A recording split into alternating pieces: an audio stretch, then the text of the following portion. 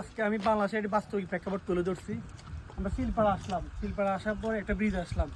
এই ব্রিজের দুই পাশে রাস্তার মধ্যে পানি, মানে এই ব্রিজটা আমরা মাঝে মাঝে মনে করি আমি এমন কিছু কিছু অপ্রয়োজনীয়, বাট এই ব্রিজটা এত বেশি অপ্রয়োজনীয়। এই পাশেও রাস্তা নেই, এই পাশেও রাস্তা নেই। এখন কথা হচ্ছে বাংলাদেশ সরকার, বিভিন্ন রাজনৈতিক দল, যারা সরকারি আমলা যখন যে জিনিসটা করবে অবশ্যই একটা উদ্দেশ্য থাকা উচিত।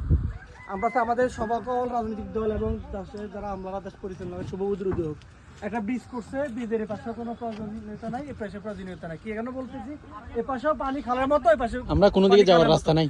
এই ব্রিজের দুই পাশে যাওয়ার কোনো রাস্তা নাই। তাই ব্রিজের উদ্দেশ্য হচ্ছে কি, দুই পাশে একটা রাস্তা থাকবে, ব্রিজটা মানুষ ব্যবহার করবে। ব্রিজের এ পাশেও পানি, এ পাশেও পানি, তো ব্রিজ করার উদ্দেশ্য কি আল্লাহ তাআলা ভালো জানে। সেজন্য আমরা সবাইকে বলতেছি এই ব্রিজ অথরিটির ফাঁসি চাই। এই ব্রিজ যারা করছে তারা প্রপারলি এখানে সার্ভে করে নাই, সার্ভে না করে এটার প্রয়োজনীয়তা তারা অবশ্যই বুঝে নাই।